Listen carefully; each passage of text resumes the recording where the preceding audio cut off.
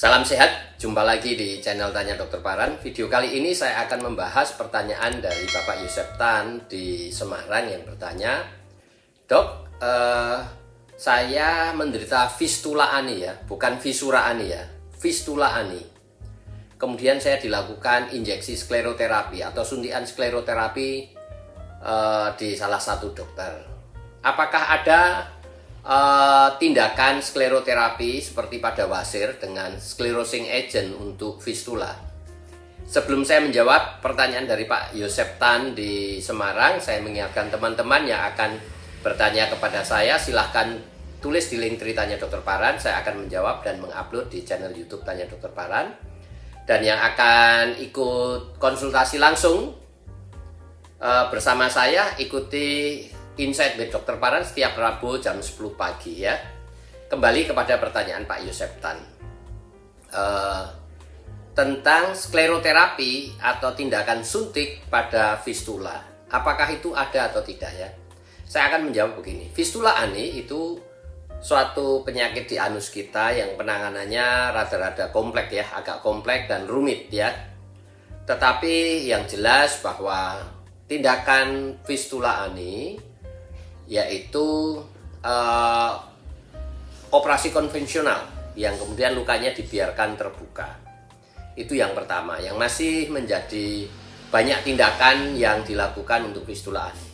Kemudian pemasangan seton ya, di mana akan dimasukkan jalur abses atau bisul yang terjadi atau jalur yang nanti akan terbentuk fistel itu dimasukin yang namanya seton ya, bisa dari silikon ya, kemudian bisa dikencengin atau dalam keadaan kendor, tergantung tujuan kita memasang seton. Kemudian tindakan sesudah pemasang seton diikuti dengan yang namanya fistulotomi ya, fistulotomi, atau juga dilakukan tindakan laser untuk fistula ya, melakukan ablasi fistulanya dengan laser yang kita sebut vilak ya sekarang ini. Itu hal-hal yang bisa dilakukan untuk fistel. Tetapi dalam penanganan fistel tidak ada yang namanya penyuntikan zat sclerosing agent seperti pada wasir dilakukan pada fistula ya, pada fistel atau fistula ya. Jelas ya Pak Yosep Tan di Semarang bahwa Bapak mengalami penyuntikan dengan sclerosing agent 2 kali di Semarang. Itu tidak betul ya, tidak betul. Tetapi ada penyuntikan ya dengan fibrin glue.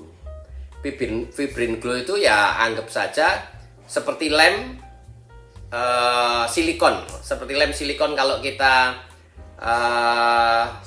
memberikan sealant ya di tepi kaca. Kalau kita masang kaca di jendela kemudian ditutup dengan silikon glue ya, itu ada, tetapi namanya sealantnya itu fibrin glue atau lem dari fibrin ya, dimana ada satu perusahaan besar di Jerman, Aventis, yang membuat